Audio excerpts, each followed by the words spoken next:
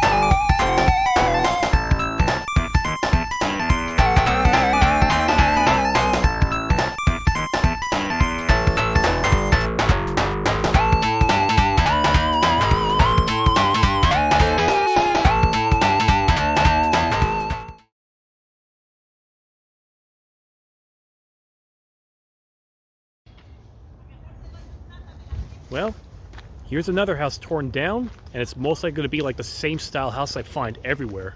Yeah, what used to be a really variety of a neighborhood seems like it's all going to be a homogenized type of look. I don't know what people are doing these days. It's probably just stuff on a budget. But you know what? Let's put that aside.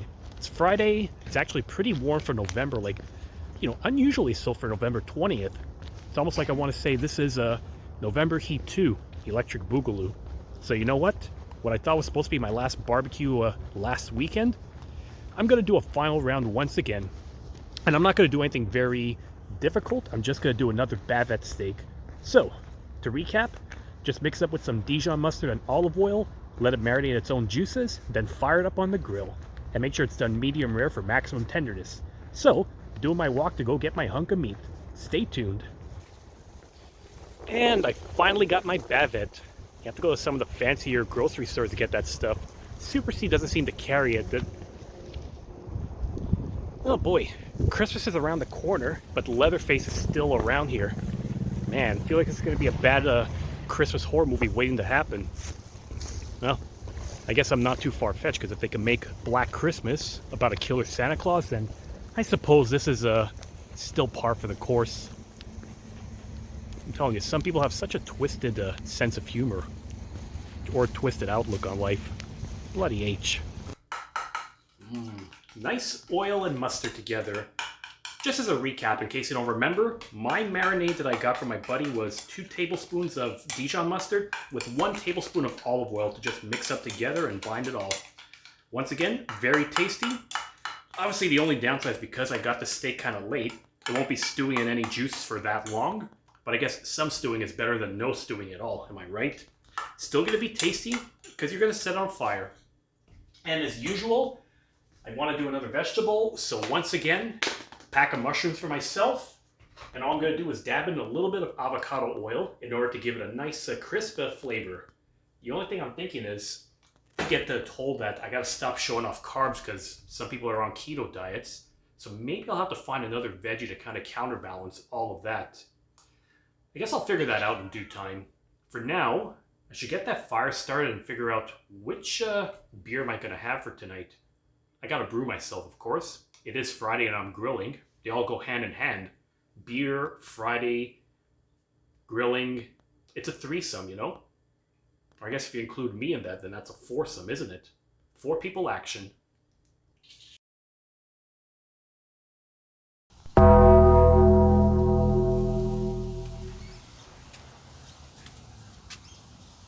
Oh, wait a second. I thought I was possessed by another character of some sorts. Like I was a zombie mortician from the Old West. Alright. I've got my grilling all set up, but I think I need to have my brew first and foremost. So, I got my pint glass, and while I still want to have a microbrew tonight because it is Friday, I think I'm going to go a little bit ghetto right now. So, jumbo can of Labatt 50. And the beauty of it too is I can have this outside. It's not going to hit room temperature, so I don't have to worry about it getting all at tablette. You know, drinking it like it's trashy. I know. This is like drinking on a budget. 700 milliliters or some of those grandpa-sized beers, you know, because that's what your granddad would have drank. Let's have a little enjoyment now. All right, here comes a bit of a skunky blonde. Like, I've heard that expression as the way this thing tastes. I don't know if that's what a skunk tastes like. I don't scoop that up around and grill it or whatnot. But regardless, cheers, happy Friday, TGIF, happy grilling.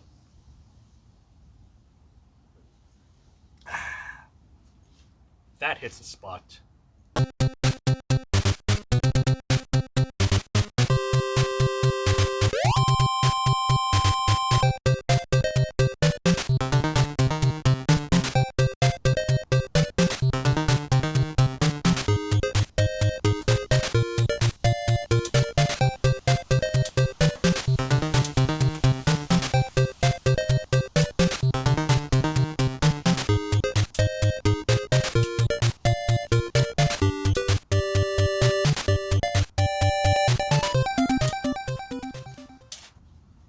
Alright. It was a bit of a struggle to get that fire going than expected, but it's finally going to be roaring. So, cheers again, everyone. And cheers to this hellfire and brimstone that's about to be bestowed upon us.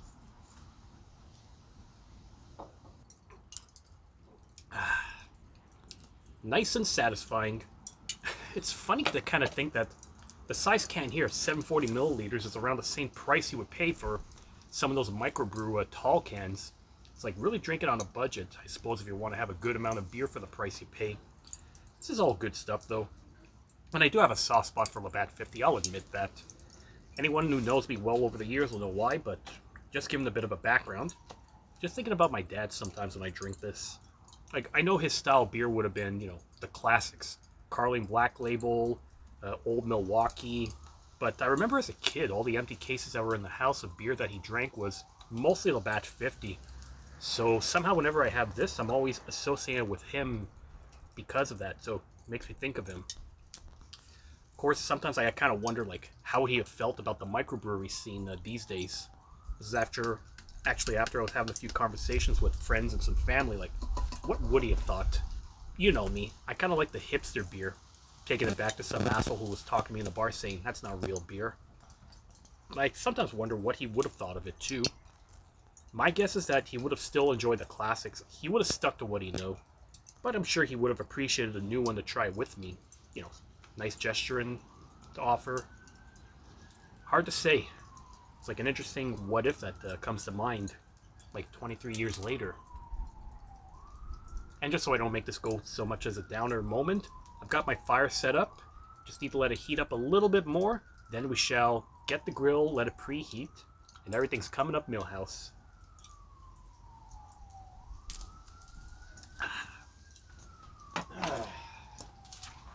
Got this all covered up now so it could preheat. I'm already at about 100 degrees, so not too bad. Of course, once I get the grill back onto this, and I heat it up so I can scrape off the grease, that'll give it a nice glow once more. And meanwhile, I'm still on the same beer. Lovely stuff. For my mushrooms, like I said, I'm going to do avocado oil. Funny thing is, too, that it's the same logic I use for eggplant. And I sent some over to my mom a little while back, and she really loved it, too. She was asking me what kind of seasoning did I put on it. And I had to tell her that there was actually none. Just avocado oil, put it on the grill, and that's all you really need. Sometimes you don't need to put excess salt and pepper on this stuff. I'm still thinking that I should do some other vegetables. I don't know, just dress it up a little bit. Change of plan.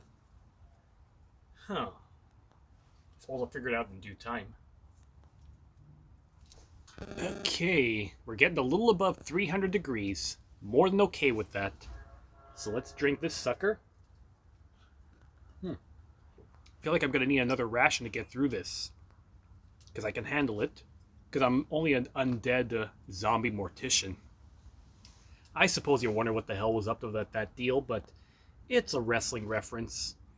Like, I was a wrestling fan back in the late 90s, and this was around the peak of it when it was the so-called Attitude Era of the WWF. Or WWE as it's called these days. Which WWE doesn't have the same ring to it. World Wrestling Entertainment? give me World Wrestling Federation all the time. Makes it sound like a legit sport. As much of a legit sport that scripted fights are supposed to be. So around that time, that it was the era of Stone Cold Steve Austin, The Rock before he really became Dwayne Johnson, the movie star. But if you're asking me what my favorite wrestler is, hands down, it's still The Undertaker. And that was that character that he portrayed. And it was funny to think that back in the old days, it was always, you have to maintain the storyline of wrestling or maintain the character, even if you're doing real life interviews. Wrestling was very weird that way, that you have to maintain what they call kayfabe, or maintain that old reality.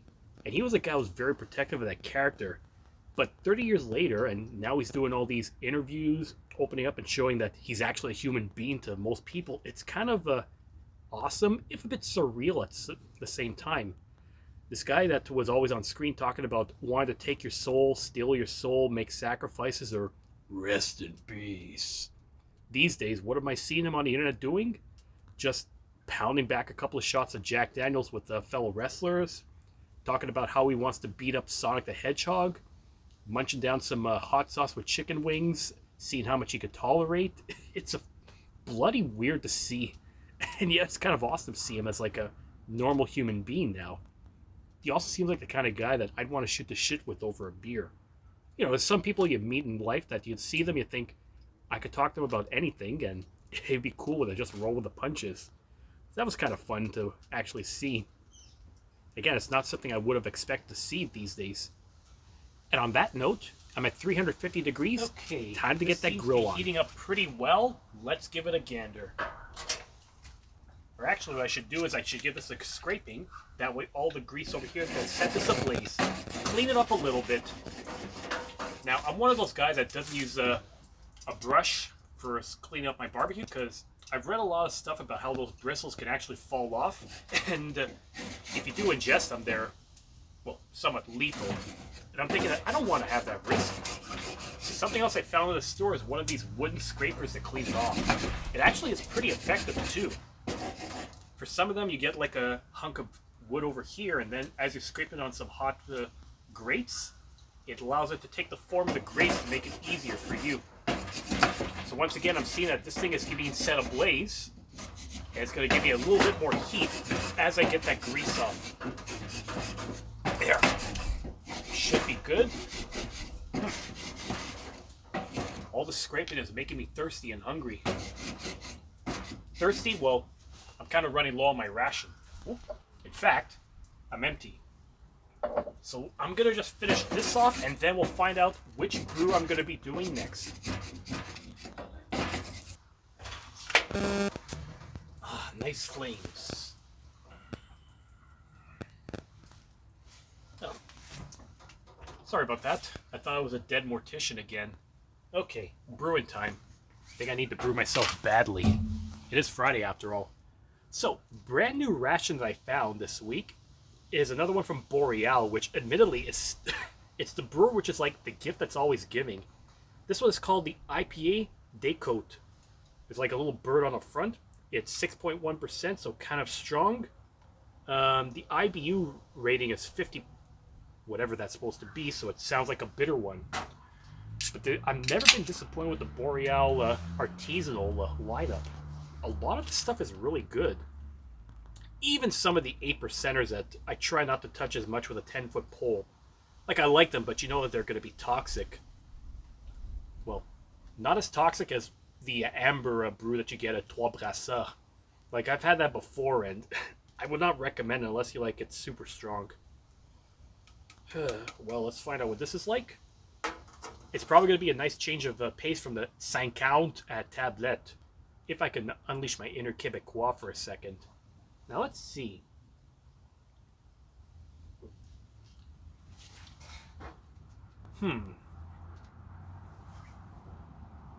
Okay, makes me think of a regular IPA or maybe a West Coast IPA. More hoppy than fruity. So not bad once in a while. Has my approval. And with this heat, I think it's time to dump the mushrooms. There. Nice, wet. We're going to let that sit for a little bit. And I think I have an idea now.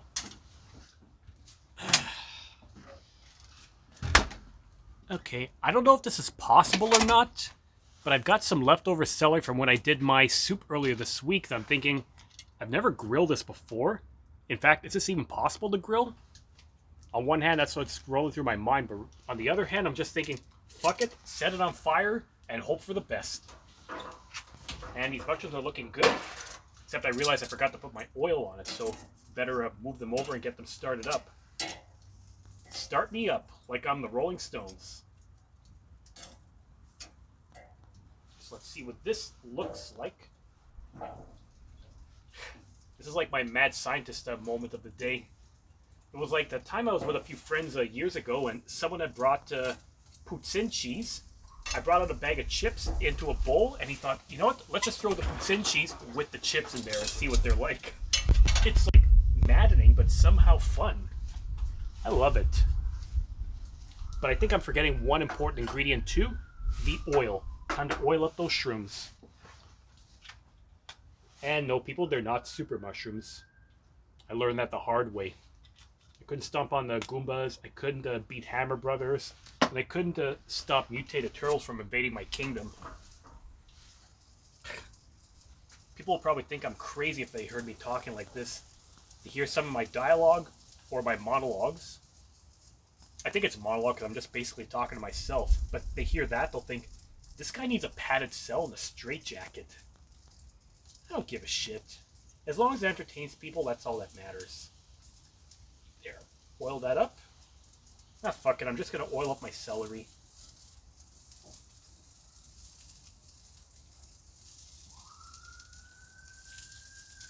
There. Now you're cooking with gas.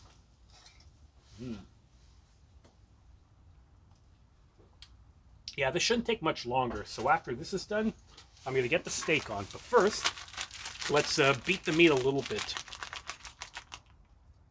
Oh. I'm sure if this was an episode of Archer, someone would pop in and just say, phrasing? So, let's have a look to see how the celery is looking. Okay, still kind of firm, I imagine.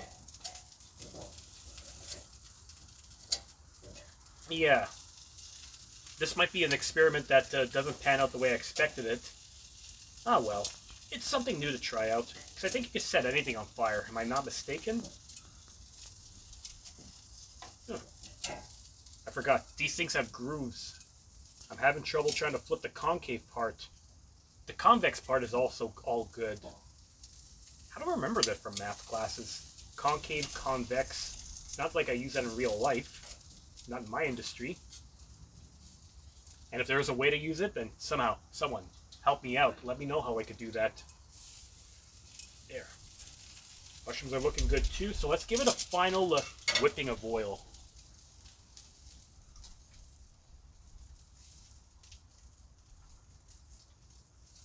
I was kind of thinking what else I would do besides the vegetables, but honestly, a part of me is feeling satisfied with how this is all looking. So I'll show you the final result later on. There. Ignite this a little bit more, and voila. A couple more minutes, and then we could set the cow on fire. Everyone loves burning cow. Actually, that sounds bad when you really look at it that way. Well, this is all moved to one side, so I have enough room to shove my steak onto here now. Time to get this going. But first, protection is key. There.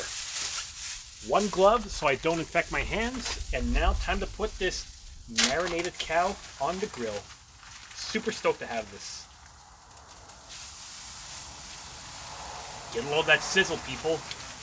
It's a beautiful thing. Couple more minutes, and then I can give it a good flipping, and then should be ready very soon. Now what am I going to have with the celery and the mushrooms and the steak? I guess I'll figure it out as time goes on. First, brewing time. Gotta ration the beer rations, am I right? It's been a few minutes, so let's have a look-see. Ooh. Nice. I should probably remove these mushrooms very soon. Celery looks like it's really getting charred, but I'm more concerned about the steak. So I need to give it a good flipping so that the other side of the marinade is gonna char pretty well. Ooh. Now this is looking really nice. And yeah, both sides have been cooking pretty well because of the indirect heat on the top. So I'm okay with this. I'm not infecting anything, people. Yeah. Kind of stoked to try this stuff out now. But I suppose I should give it a few minutes and see what I do for the rest of my meal. Okay, let's have a look, see how that cow is doing. Looking good right now. Let's get some illumination with this. Ah, yes. It looks like it's well done here on the outside and most likely medium rare. So, time to get this served. Let's get inside and have the rest of our meal together.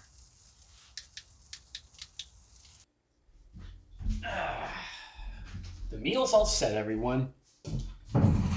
And I'm gonna admit, somehow with all this stuff I was grilling, I've realized that I have a lot of vegetables here, and I thought, I'm gonna make this a keto night. So I added some celery, some of my mushrooms, and a little bit of that spring mixed salad I've been having all week.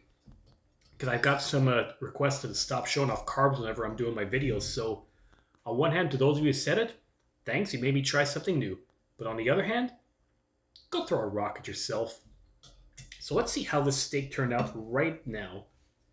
I'm sure it's just as good as the last time, but you can never be too sure. Okay, nice and grilled on the outside, still medium rare on the interior. It's still a really good flavor. Like really, it's super tender. Even if it's not stewing its own juices and marinade for so long, it's still really tasty. I guess the next thing I should try is this celery. See if this thing actually pays off or if I'm just crazy. I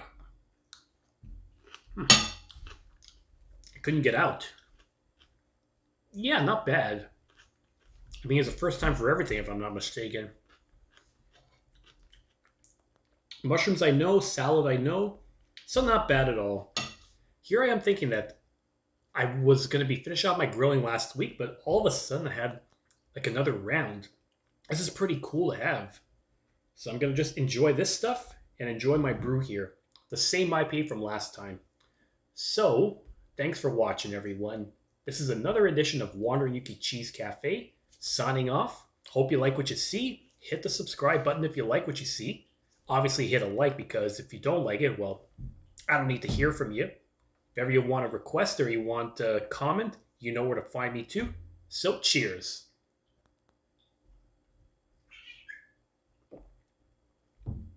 And that was the sound of my cat meowing for me. 9 times out of 10, it's because he wants food. What can you do?